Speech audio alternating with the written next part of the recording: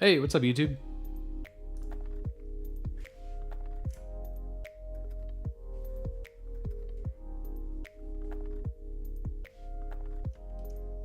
How's everybody doing?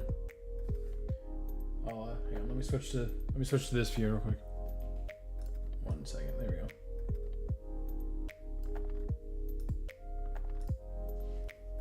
All right. While we're getting Zoom set up, hope you guys are doing well. If you're new, thanks for being here. I know we've got a bunch of new subscribers since the last time we live streamed. So thanks for being here. Yeah, we are just getting some things set up here. We're about to interview helmet artist Armando Villarreal, so we are excited about that. So we're getting set up here for that. So if you're here, hit that like button. That would help us out a lot. I'd appreciate it.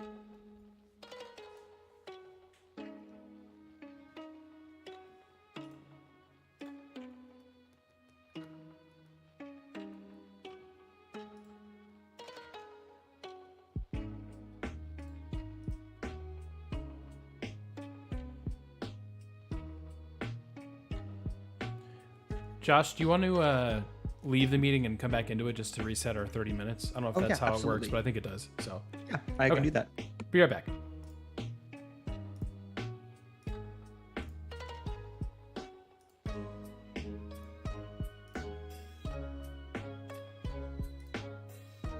All right, we'll see if that still works. Hopefully it should. Gotta love Zoom, right?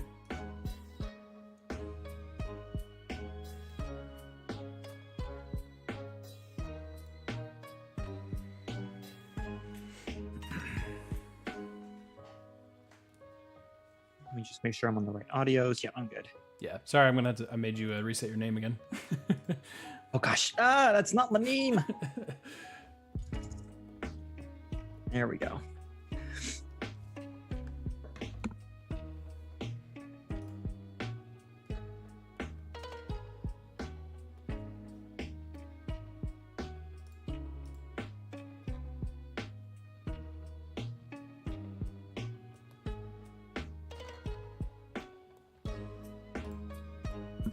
Hey, you want to go to an Elevation concert? I think it's in LA, so travel for us. But it's like it's not. I mean, we can get the cheapy seats of like $11, or I'm done. Let's see here. Floor seats are $85. Hold on.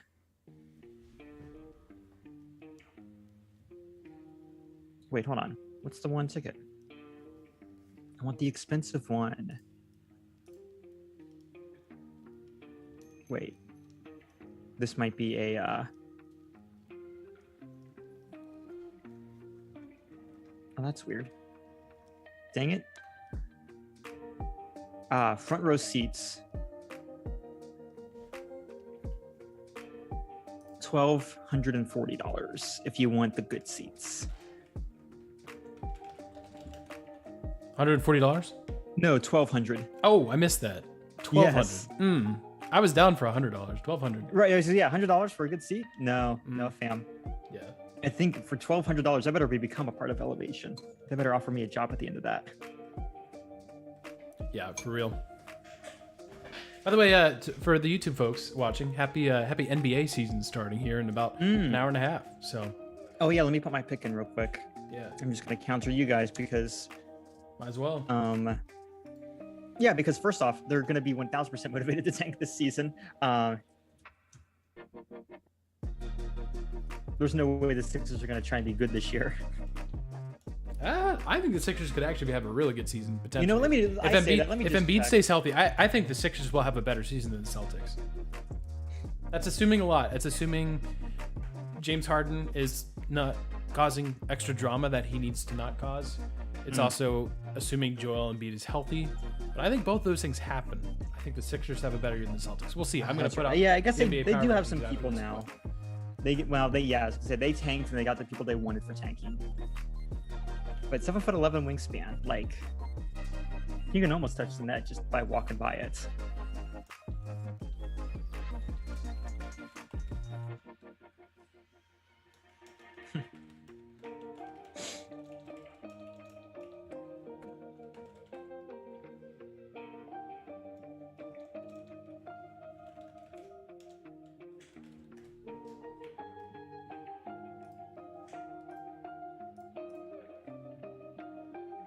need to get my what I'm following article pulled up here.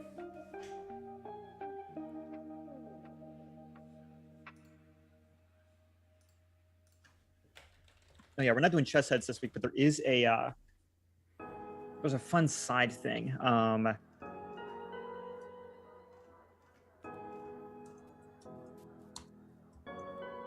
Is this the guy?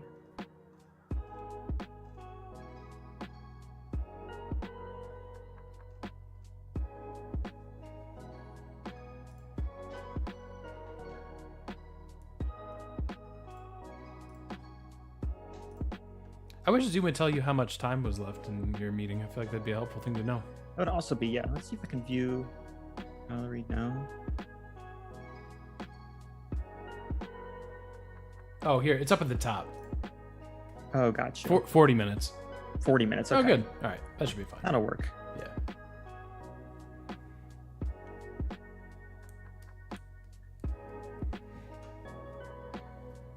I mean, Chad, I can give you this view. It's just wrong thing. Hang on. Still the wrong thing. Let's see here. Yeah, it's just Chad. This is what Josh and usually Johnny get to see is basically just my the camera right here. It's not really here. It's obviously there, but I have my camera that you guys see on stream usually. The one I'm pointing to here. Anyways. So that's what Josh and Johnny get to see most weeks is just the underside of my chin. So that's unfortunate for them.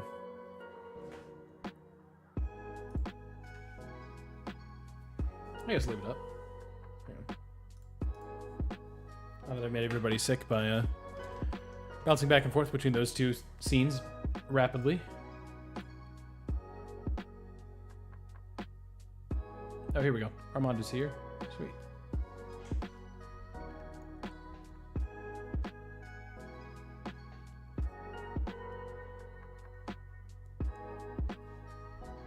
Hey.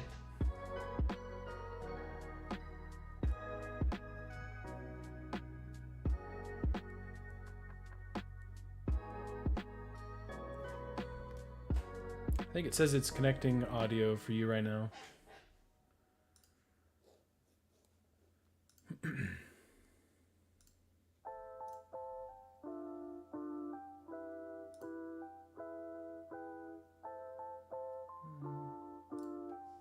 Back to this one.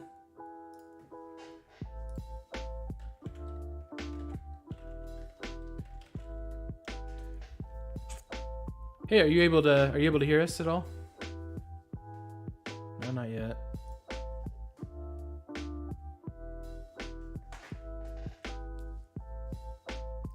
Let's see here.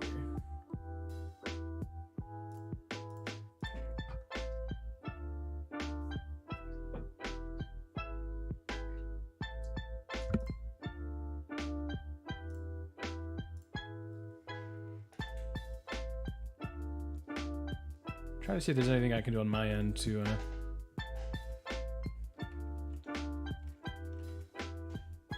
figure this out here. 1 second.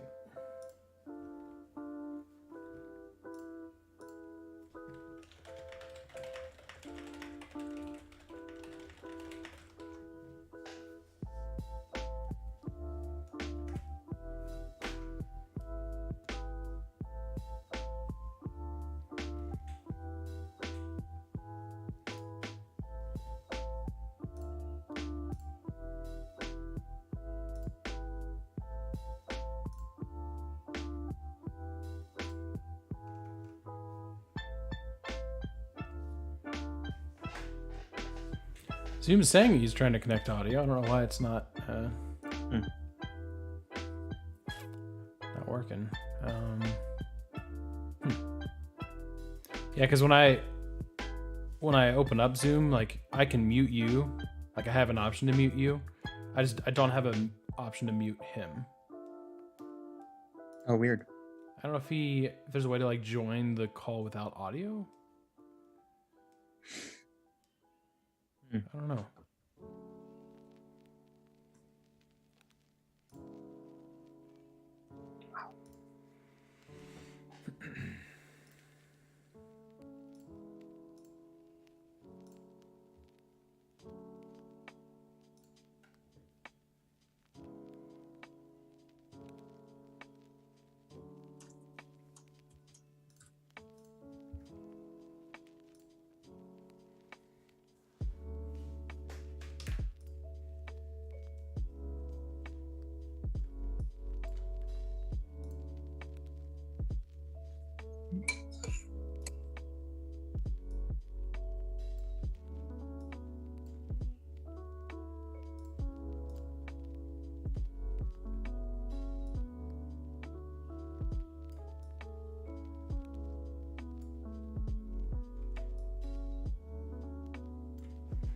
All right, is your audio working this time? Let's see here. Uh, Hey, now we can hear you.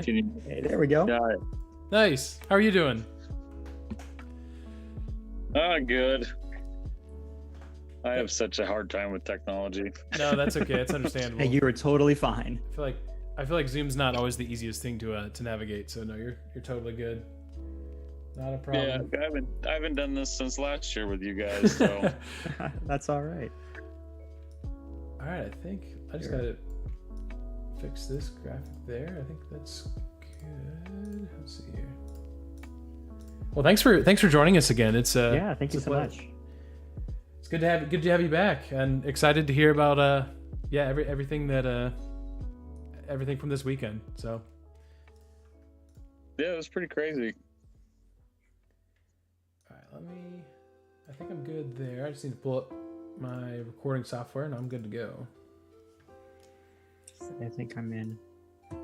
So our other co-host Johnny, who was here last year, he is camping in the Badlands of South Dakota right now, so he's not able to join us. But yeah, Josh and I have it. You saying he can't get reception out there? Something like that, yeah.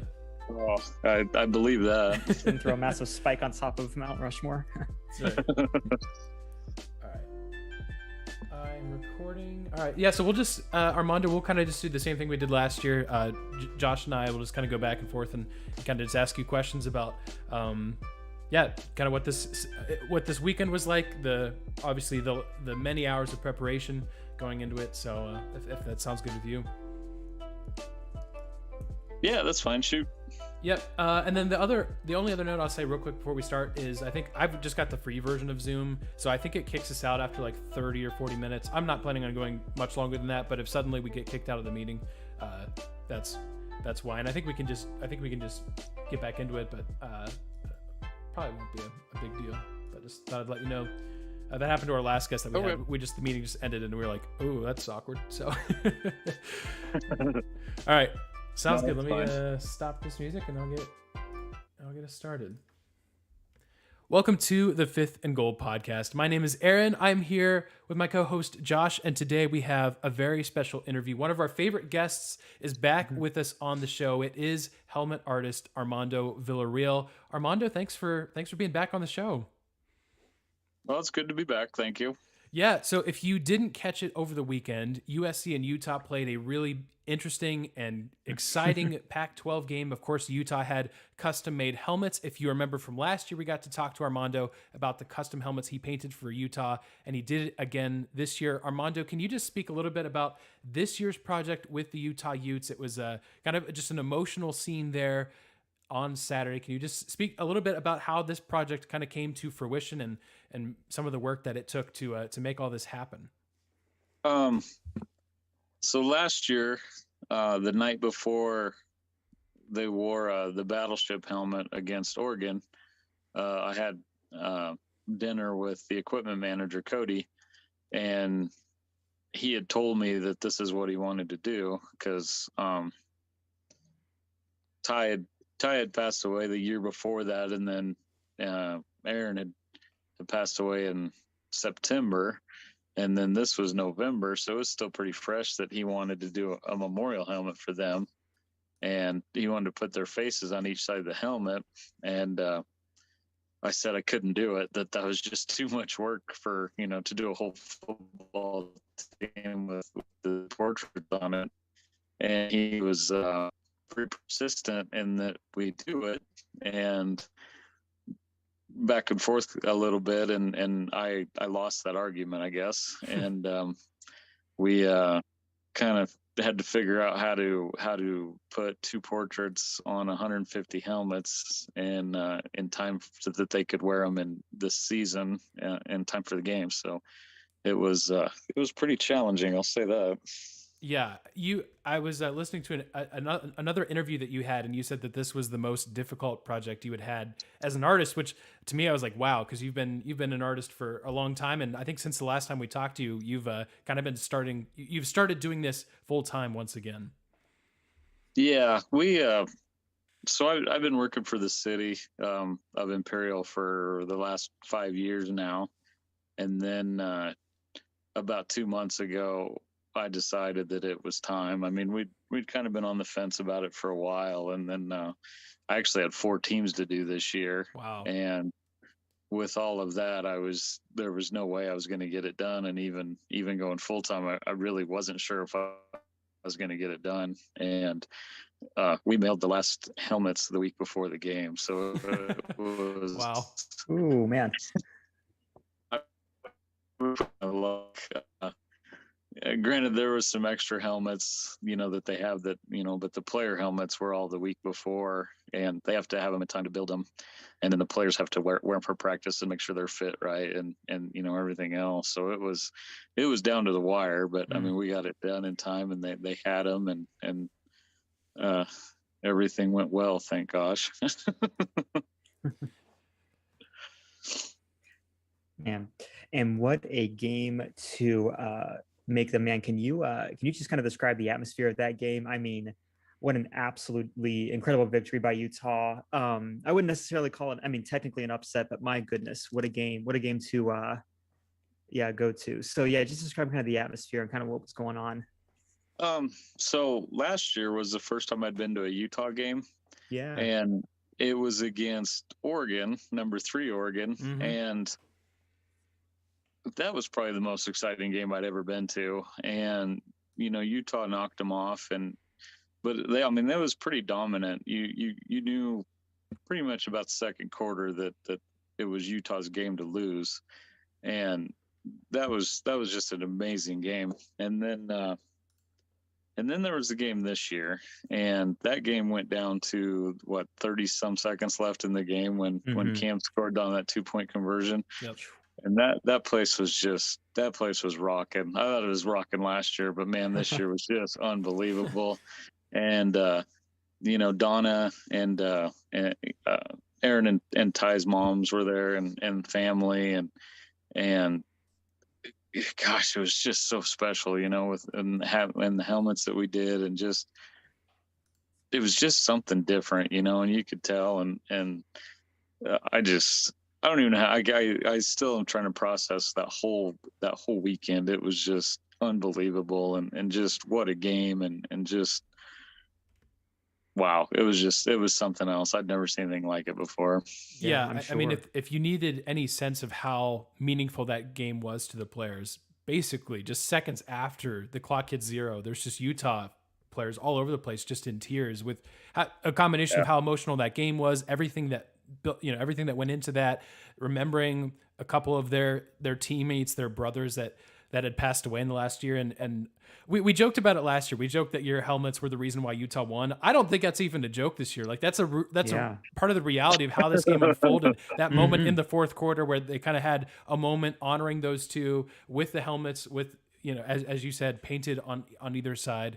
I had goosebumps watching it at home. I can't even begin to comprehend what that was like being there. Rice-Eccles Stadium is just a different place. That's just a different atmosphere. And you're right. We've seen some top teams go there to die. So, pretty impressive.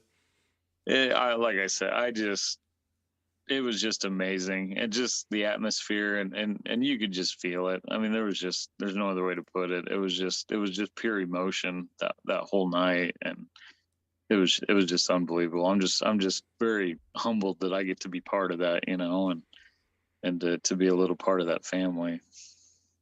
Yeah. I was going to ask you, how long did each individual helmet take you? I mean, is there a ballpark? Did you get quicker as you went? I'm curious what that process looked like. So, man, we figured it was probably, so when we did the original concept, it was probably about 12 or 13 hours to do the first one. Wow. And then you kind of try and dissect it from there as to how you can do this faster and mass produce it. And so we got kind of figured out that, we started with a white helmet, and then I got on the computer and figured out, what we wanted to keep for white, and made masking for that.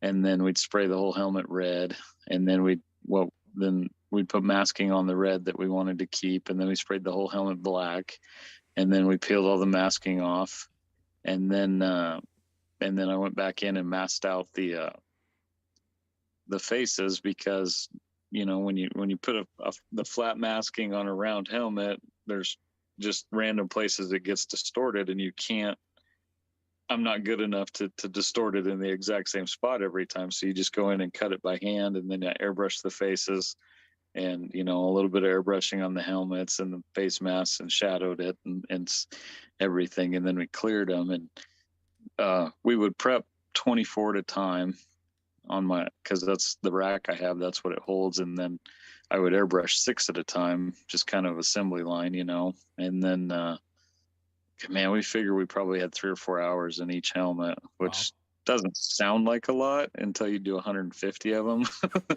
That's and unbelievable.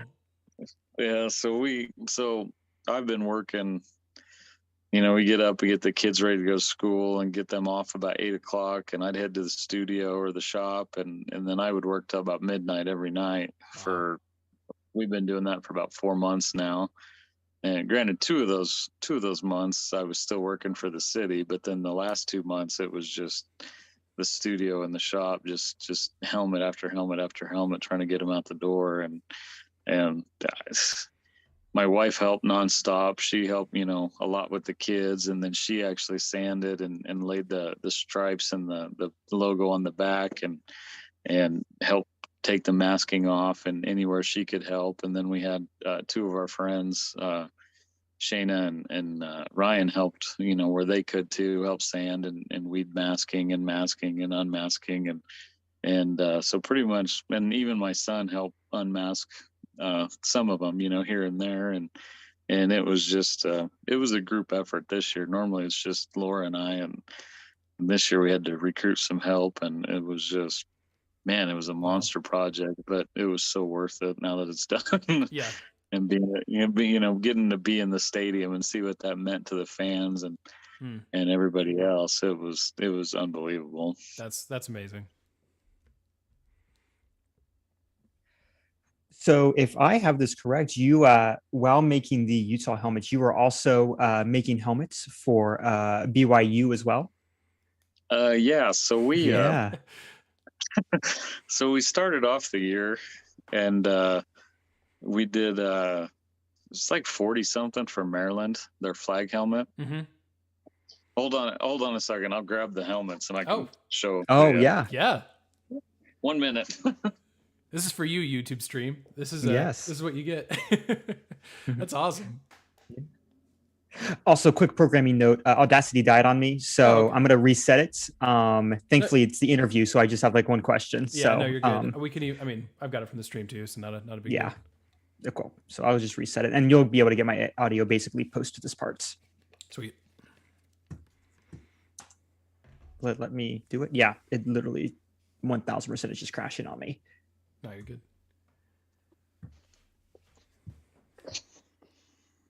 Oh, that's ready? Cool. Yeah. Okay. So as a recap, this was last year's. Yep. That's so cool. USS Salt Lake City. That's so cool. Wow.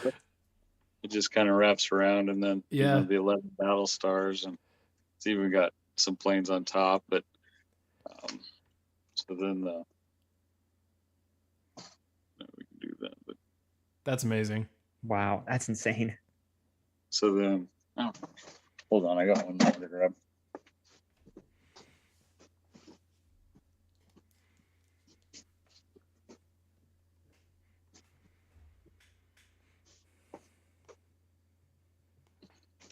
So it's what advantage of being the artist, I get to keep. Oh, my one goodness. For me. As you should. So I should absolutely. say, after making 150, there should at least be one left over for you. So. Yeah, I My always goodness. make one. So this was what started this year. We did. So Franny from Paint Zoo, he does all the Riddell helmets for Maryland, and then I do all the shot helmets. So I do about half the team for them, and then we got half of those done, and then we had to do BYU's helmet, which I just have a shell. I don't have this one built yet. So this is the Cougar. That's so cool. Beautiful. The the candy to it. Then on the other side's the logo, and there's a mountain range right behind the school. So that's that, and the stripes. And so Laura helps me with that. She sands them and she lays the Y on there, and then the two stripes, and then after kind of in the middle of that, we got more Maryland helmets to do, and then we did we did the Shut and the Vices helmets for Tennessee for the Smoky Mountain helmet that they wore this year. So I did 52 of those. Wow. And then when we got that one done,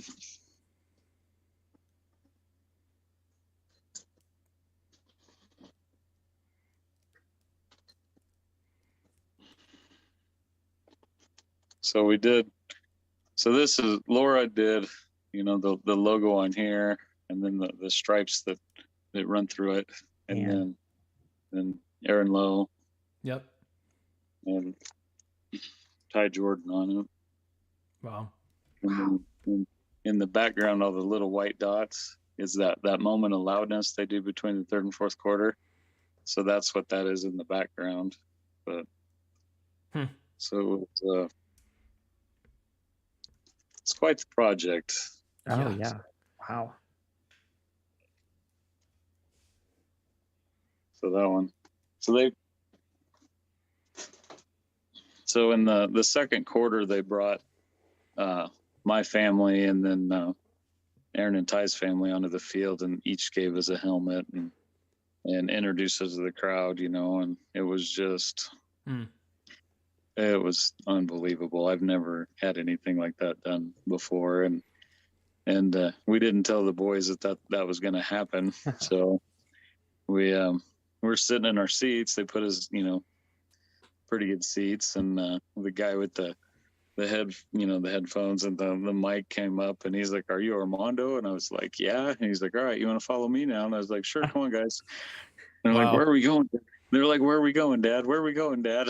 Like, just grab your stuff, let's go. So we went down to the field, and we had to sit there, and we waited for a little while, and I told them, I was like, "Enjoy this, because there's a good chance this is never going to happen again." And they're like, "Well, what's that?" And I was like, "Well, just hold on, you'll see." So then they brought us out, and they entered, they said that I was the artist that painted the last couple helmets, and that I was a veteran, and that, that we painted this year's helmet and everything. And they cheered, and it was just, I don't know. I don't even know how to describe that. It was just unbelievable. Like I said, I've never had 50, 60,000 fans yelling at me before, but it was unbelievable. That's amazing. I'm sure. Yeah. Wow. And the boys afterwards, like, I was like, "Well, what'd you think of that?" And they're like, "Well, it was embarrassing." I was like, "Why is that?" And they're like, "Well, everybody was looking at us." I was like, "Well, that's kind of the point, guys." That's what you get.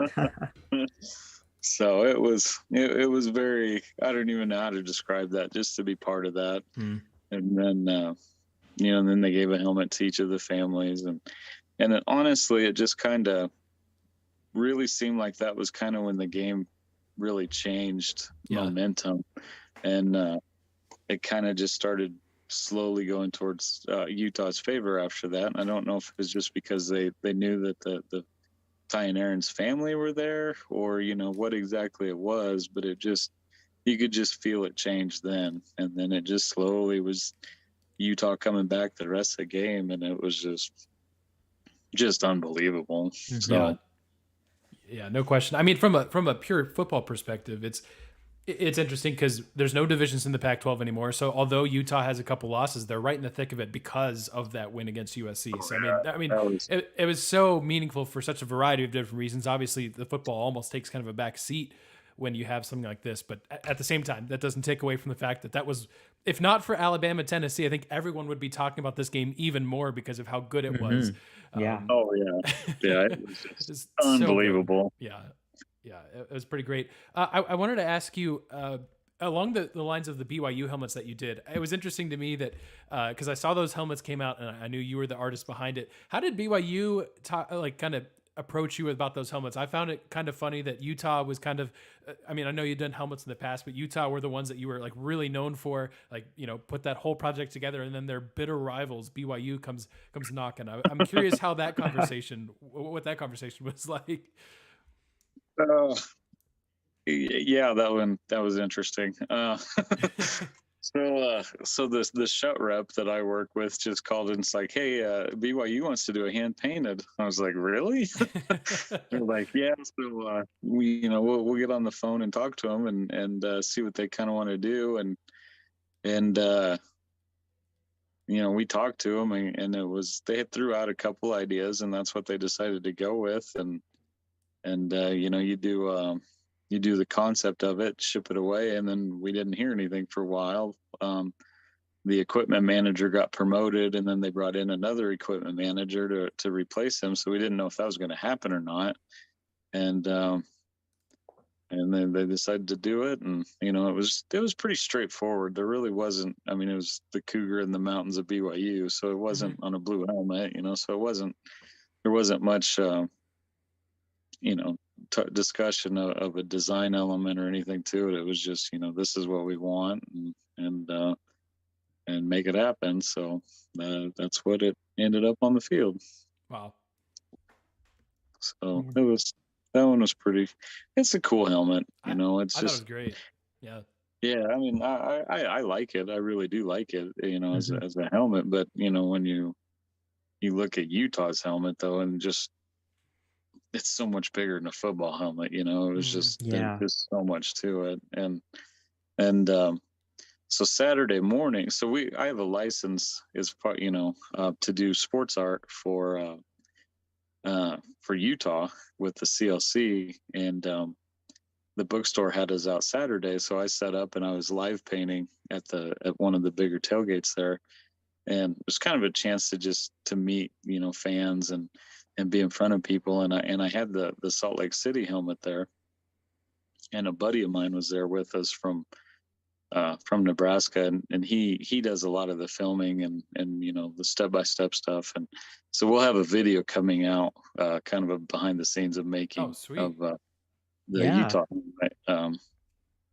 probably next week or so coming out. And he was there, and he helped me with the video for last year's helmet. And he pulled me aside and he's like, I kind of feel bad. And I was like, well, why is that? And he's like, well, I have one of those helmets and it's really cool. And I would never sell it or anything, but to see the way the fans interact with that helmet, like the helmet itself is like a celebrity, because we only make 150 of those. And, there's no more made, and, whoever buys them. And then, I mean, especially that helmet it's extremely hard to find one and buy one. And so most people never actually get to see those or touch it or anything. And so we had it there and everyone was, getting to touch it and see it. And a couple of people were put it on to wear it, to take pictures. And he's just like, it's just amazing to me what those helmets mean to everybody. And that was last year's helmet, that wasn't even this year's helmet. So it was just, it's just very eye-opening to what that helmet means to everybody and the fans. Well, and that goes, so I have another story. So yeah, it is with it. Yes. So they gave us the helmet on the field, and so we take it back to our seats, and of course everybody's staring at us because I have this helmet now, and I was just on the field and everything, and and then as the game goes on, my youngest son, who's 9, was wearing the helmet, and then my 12-year-old, they'd kind of take turns back and forth wearing it, and people were coming up and just like touching it, like for good luck, they'd come up and touch the helmet, and so that went on for the rest of the game. And then after the game, we're like leaving the stadium, and we would walk like 10 feet, and somebody would like want to stop and look at the helmet and take pictures of it and touch it. And it's the same thing again. Most of them will never get to see one in person, and they'd look at, they'd be like, where did you get that helmet? And then they'd look up at me and they're like, oh, you're the artist, and so I took pictures with people, and my kids thought they were rock stars because they had this helmet that everybody wanted to see and touch. And by the time we made of course, we were parked on the other side of the stadium. So by the time we made our way clear around and got back to the car, we were like the last ones to leave the place. And even in the parking lot and down the street. And I mean, people were stopping and honking and talking to us and wanting to see it and take pictures and touch it. And it was just amazing. Like I said, to see how much that helmet meant to the fans and to Utah and to everybody. And my kids got to be a rock star for a while, and it was so much fun, and just the fans there are so nice, and they just have always treated us like family, and it's just always, that's just like the highlight of our year is going to the Utah game that they wear the helmets to. Mm-hmm. That's awesome. Thank you for sharing all that. It's great to kind of get your perspective, and I mean that's why we have you on the show today, just to talk about all of that. I just want to say from a kind of an outsider's perspective, I guess, just all of it was just incredible. So commend you for all of your hard work, your many, many, many hours in putting this project together. It's exciting. Before we go, again, like we did last year, don't want to get you in trouble. Don't say anything you're not supposed to, but do you have some future projects in the works here? Hopefully you get at least a couple days break before that, but do you have some projects? Yeah, I do. Okay. That's good. I'll just say that. Again, that's an acceptable answer. That's enough. Yeah. That was the answer last year, and look where we are now. So that's pretty amazing. Right. So, all right, before we go, is there anything you want to kind of promote? Should people follow you on Instagram, Twitter, TikTok, all of that kind of stuff? Yeah, I mean, it's just, I'm Armando Villarreal Studios, and then the new company I'm working with now is University Sports Art. So, and that's like brand new. Like, I'd been talking to him for quite a while, and then when we agreed to just go forward with this, I was in the middle of helmets, so they've been very patiently waiting for me to be free so that I could start doing sports art. So I have a couple paintings of Utah, but now that the helmets are done, we're going to really start pursuing, the different licenses and sports art and stuff. So there'll be a lot of more to come from me. So that's kind of what's next on the table. And then once helmet season comes around, then we'll see where we go with that then. That sounds good. Well, Armando, thank you again for your time. All of that stuff will be in the description of both this podcast and of the YouTube video. So make sure you go check out that and check out Armando's art. Armando, thanks so much for being here. Thank you. Oh, always a pleasure, guys. All right. We'll be right back. Thanks. Hey, yeah, thank you so much. It's Thank you. Always good to talk to you and hear about all these stories. What you do is truly amazing. So thanks for taking the time to talk about it with us. We really appreciate it. No, I look forward to it. So thank you guys. Yeah, and I'll keep you in the loop, like kind of like what we did last year. We'll have a YouTube video out with your interview, kind of splicing some of the stuff from that happened on Saturday in there, and Instagram and TikTok and all that. So we'll tag you in all that if that's okay. And oh yeah, and now that I think about it, yeah. So my buddy made I can't think of what he called it. It's some videographer term. It's just like a bunch of little clips from when he was out, like making the helmets and stuff like that he sent to give to like the news people and stuff. I can send that to you if you want it, and you can that'd be great. It in or whatever. So yeah, that'd be fantastic. I never could figure out how to open the dang thing, but I'm sure you'll figure it out. Yeah, we can figure it out. No, that's great. Yeah, even if it just works to send it to that same email address I sent you the Zoom information or whatever works best for you, that's perfect. Yeah, I'll just email it. I'll forward it to that, and then you can just use it as you want. And his contact information will be on it. If you have any questions, you can reach out to him about it. So that's great. Yeah, thank you. We'll for sure use that. That's awesome. So hopefully it'll help you guys out. So yeah, absolutely. Well, we enjoyed this once again. Thanks so much for being here. I think our Zoom meeting time is about to run out, but we'll let you go and get back to things. But thank you again. I really appreciate it. Thank you so much. Yeah, no problem. Always a pleasure, guys. I'll talk to you later. Yeah. Thanks. Have a good one. See ya. Yep. Josh, I'll see you over at Discord. Is that all right? Yeah, sounds good. All right. Sounds Bye. good. Bye.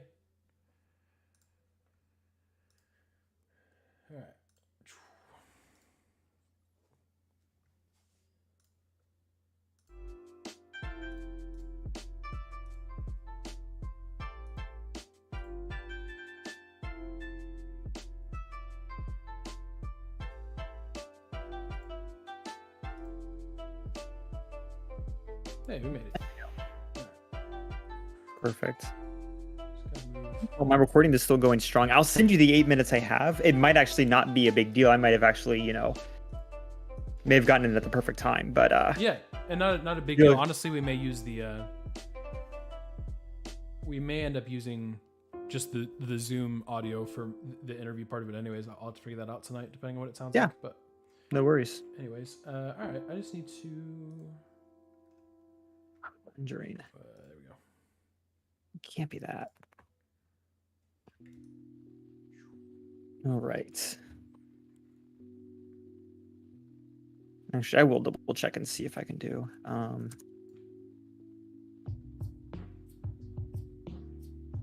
there's gotta be a better way to do this. Hang on. We'll do this.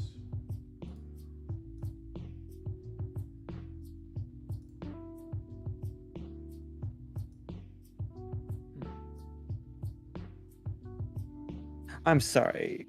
What? Sorry for the delay. We're trying to figure out my overlay, as you can tell. Oh man, I missed this article. Yeah, I might have to do chess heads. Uh-oh. Yay, chess heads. I mean, it's always chess heads. It's just, are you actually talking about chess at that current time? Right. Yeah, no, it's going to be chess heads proper. It's going to be OG chess heads because wonderful. the report came out. All right. Well, no, report acute. Oh my goodness. All right, I get to read a 72-page report real quick. Oh my gosh. Oh no, sorry. There we go. On the first day of the championship. Oh, hold on, no. This is. All right, we're gonna do this. Sorry, YouTube. I know you guys are. All right, here we go. Oh no, that's not a real one. We're gonna do that for tonight. I gotta one of the many things on my list is to fix our overlays. I fully understand they're a little jank right now, but we'll run with that. We'll do it. We'll have fun with it. All right. Well, again, I just want to say thank you again to Armando. Always enjoy. As someone who's not very artistic, like that stuff just completely blows my mind. So. Oh my gosh, thank you to him for each design feels like it's just. I mean. And I realized they're doing it with like studio light, but even when he was just showing us on the stream, my goodness, these are very intricately done, like just absolute pieces of art. Like they're beautiful. One of these days I'll be good at one thing like that. That's right. All right. I'll re-pause my music. If you're good, Josh, we can just, we don't take very long. We can, I'm good to go. Yeah. All right. Sweet. Well, welcome back. Again, I just want to say a very special thank you to Armando Villarreal. Again, as I mentioned, all of his stuff that he mentioned will be in the description of either this podcast or the YouTube video, whatever you're watching. But again, I just want to say thank you to him. We were talking kind of offline, Josh and I, that like, I don't know. I'm personally not a very artistic person, so anything like that, my mind is blown. Like what he does is so incredible. The amount of effort and work that got put into that, I think. Probably people don't really fully understand that when they hear the term like custom painted. No, like literally hand custom painted. So, man, what he's been doing at Utah and all of these other schools is incredible. And man, I feel like if all we get accomplished on this podcast is we're just kind of the fan group for Armando, then I'll consider that a success. So, job well done. Yeah, that's right. Well, it is time. Even though Johnny is not here, I don't know if we said this in the intro of the podcast. I probably should have. We're 30 minutes into it. Johnny not here. He is traveling. He's doing some camping in South Dakota. We mentioned it to Armando. I actually don't think it ever got on the podcast. So anyways, that's where he's at. So we didn't fire him. If you never hear from him again, it's, he he's got probably eaten by a bear. Eaten by a bear. Yeah. Found another thing that was from National Treasure, found another Temple of Gold, and is too rich for us now. Hey, I get that. I understand that. If that's the case. Understandable. Yeah, for sure. All right. The one thing that he is not golden is his standings within our picks of the week. Hey, good segue. You guys got a little bit better because you guys did pick Tennessee to win. Obviously, we did. Tennessee. We were a little bit. We overestimated how much they'd win by. Yeah, you guys both said double digits. I said there's no way. And it was, of course, a game-winning field goal that got the Tennessee Volunteers the victory. They did find a way to do it. So good for Tennessee. If you missed it, Johnny and I did release, before he left for his camping trip, we did release a bonus episode that is available on our podcast now, breaking down all of the craziness that was week 7 of college football that included that Utah USC game. And we talked about what are the implications of that game as far as the Pac-12. There was a big Big 12 game. There's a bunch of Big 12 games that are really meaningful this week. That's all on the bonus episode of this podcast. So go check that out if that's something you are interested in. But for now, Josh, as you did, just excellent segue. Hard to get better than that. It is time for our picks of the week. As I mentioned, Tennessee beats Alabama. In other news, we did all lose our World Series picks. We all picked the Dodgers to win the World Series, and they didn't even make it out of the divisional series. So I've got the Astros. Both Josh and Johnny have the New York Yankees. So we'll see what happens there if either of those teams can at least reach the World Series to give us points to be determined. Our current standings are myself with 44. Josh, you're catching up. You've got 42 points, and Johnny, I'll take it, with 39. So that's where we're at.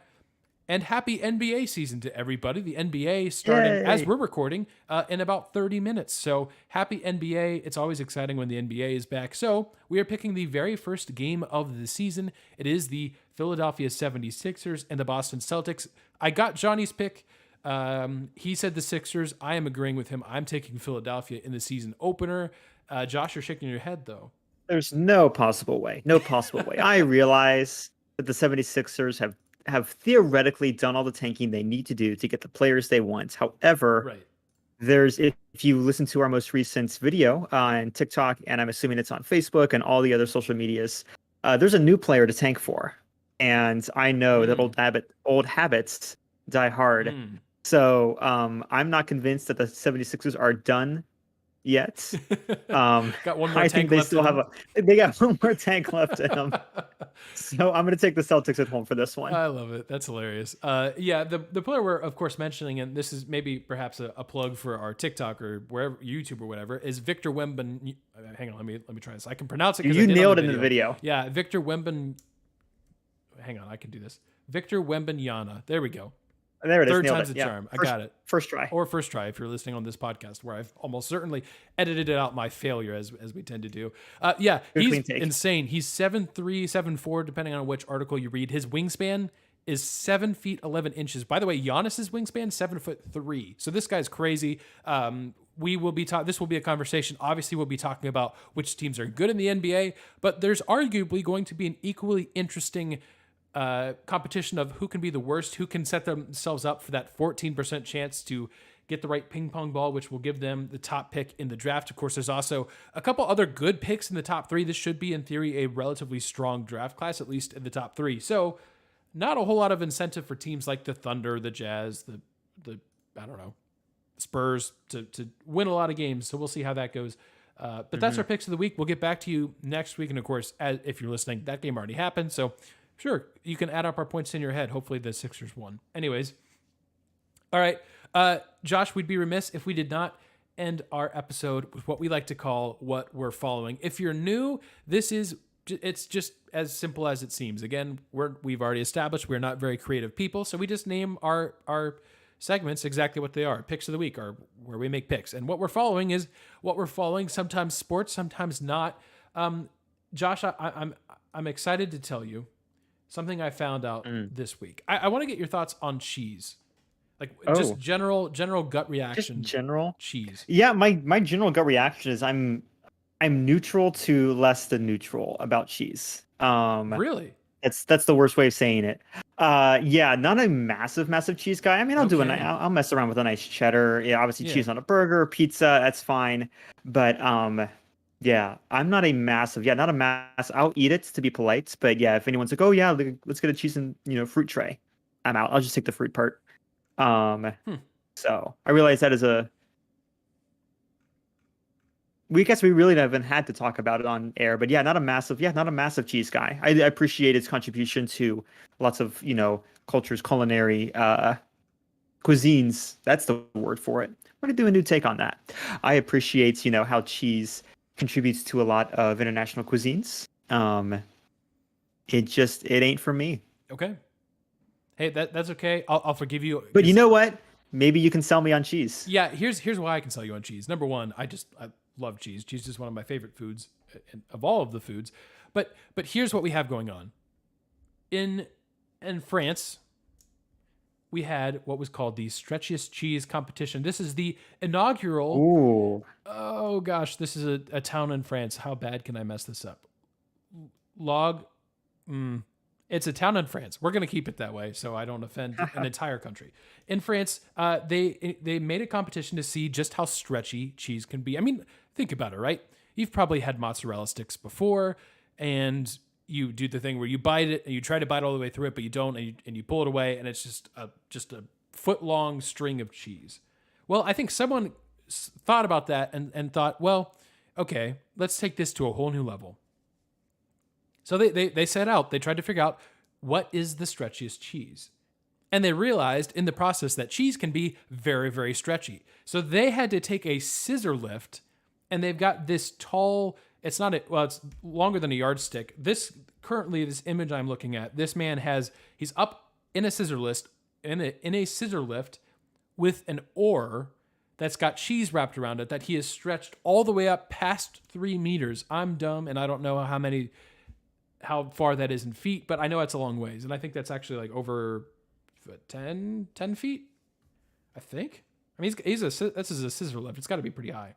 Anyways, so yeah, that was it. I mean, they just stretched cheese for a couple hours, and they figured out which one was the stretchiest. It kind of reminded me, Josh, of Fat Bear Week, which we did see concluded last week. Our boy 747 was the winner of Fat Bear Week. So I feel like what we're following tends to be just the greatest of something, but insert something and it's just completely obscure. So anyways. Oh, absolutely. That's what I'm following this week. Stretchiest cheese. I mean, Man, right now, that's almost my wife is in the adjacent. other room setting up her charcuterie board for Bachelor in Paradise. So I'm about to, when this show ends, go consume some cheese.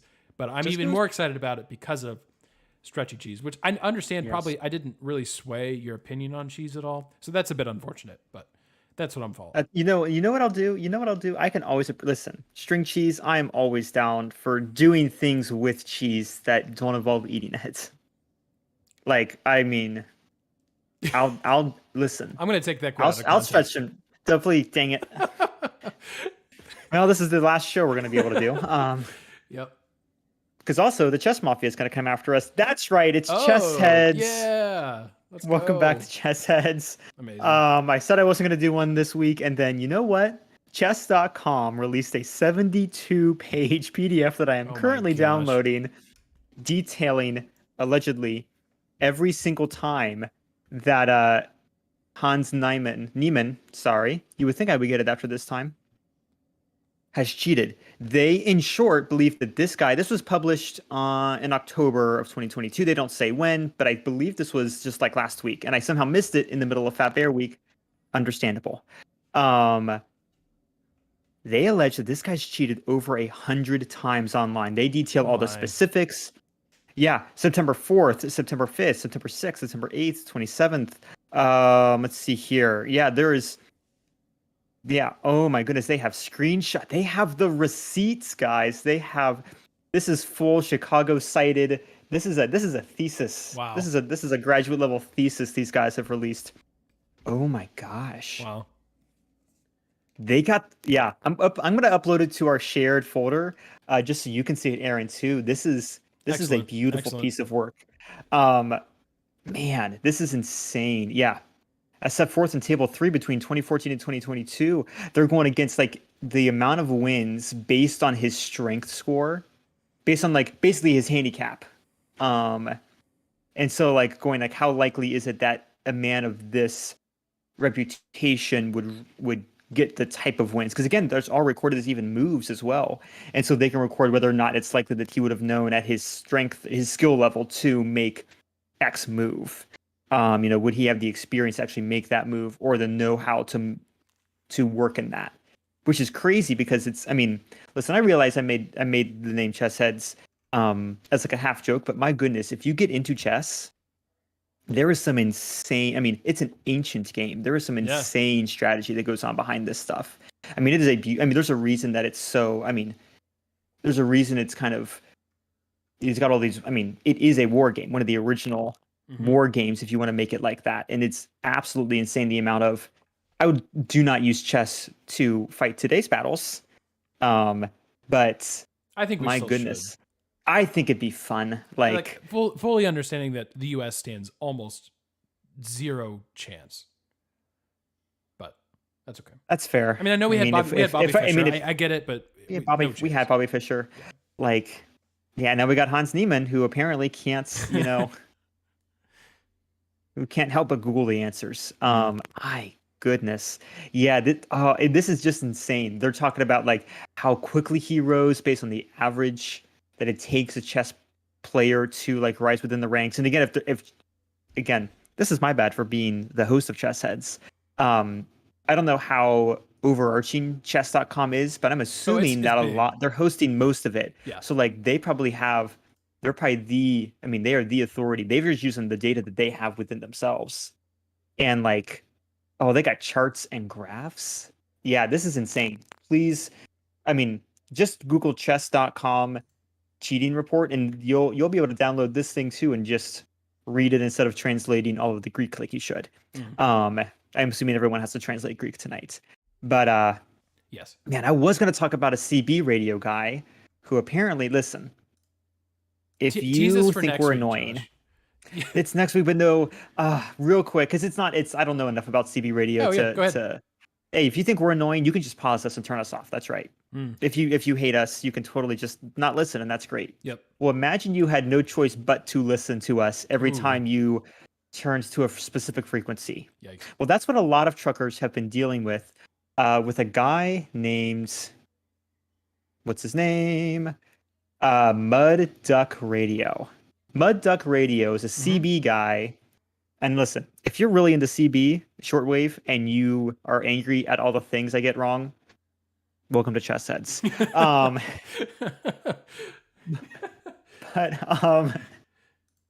the CB guy, his name is Mud Duck Radio. He apparently his real name is Mark Sherman. He broadcasts out of New Mexico somewhere, but apparently normal shortwave radio, I think the max distance is 10 to 20 miles. And that's spending a lot of money. You're getting a good antenna signal. You're going high up. Again, New Mexico, just find a mountain, and you're able to project. And you're getting maybe 10 to 20 miles. And maybe you can hit the whole state, but I don't know what's legal, honestly. I think there's a limit to how much you can broadcast. This guy is going he is taking up channel 19, which channel 19 for CB radio is kind of the general information. So it's like turning to like the 1420 or whatever the like standard, like 1130, whatever that AM channel is for like general traffic updates. That's in like most cities. Like imagine instead of hearing traffic updates, you're hearing just this guy. It is nationwide. There are people reporting as far out as Western Pennsylvania, New Jersey, who can hear this guy. Oh yeah, not Western Pennsylvania, New Jersey. They can hear this guy in New Jersey and New York, depending on where you are. And he's taking up the general information channel with just, apparently he's broadcasting for hours a day during the peak times, absolutely wrecking everyone's time. And so I'm not on the message boards. I am now. Everyone has been just sick to death of this guy. People can't communicate like to their job sites because this guy's taking a bandwidth. Imagine trying to call your mom and tell her you love her, and instead you hear our dumb faces just yelling about cheese or something.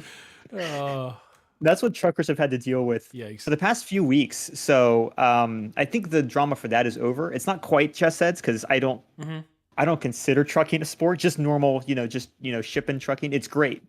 We need truckers. I wouldn't call that a sport because I don't think it's probably competitive, but not like chess. Right. But there's a little.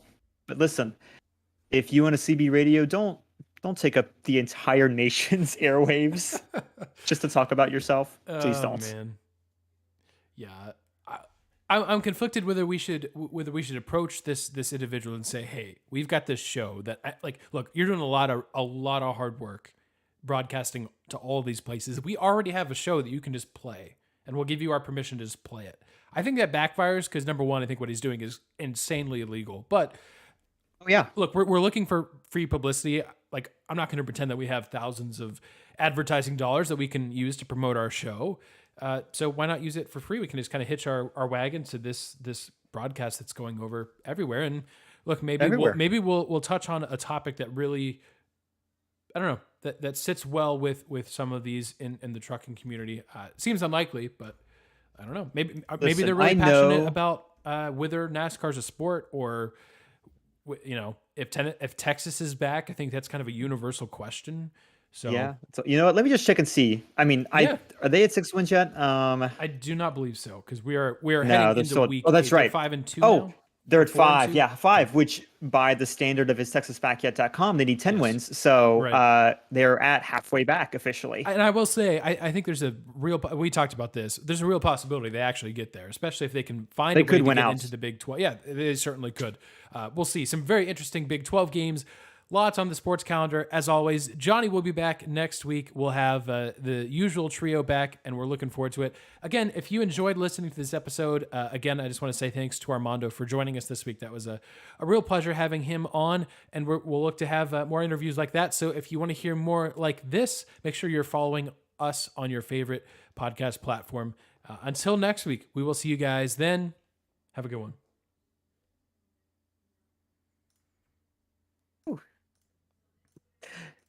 I'm going to send you my audio files. Yeah. It crashed on me again. So I'm going to figure out a way to... Yeah, Audacity just is not playing nice with this computer. Okay. Maybe it's just today. Maybe I need to figure out how to. I used to, on my old laptop, I used to have a way to like clear all the processes and like just have Discord and Audacity running. Is And this, so I'm Windows or wondering a if, Mac like- that you're on? Oh, I should probably end the stream too. Yeah, Bye, I'm on a YouTube. Mac. Thanks for being here. Appreciate it. I mean,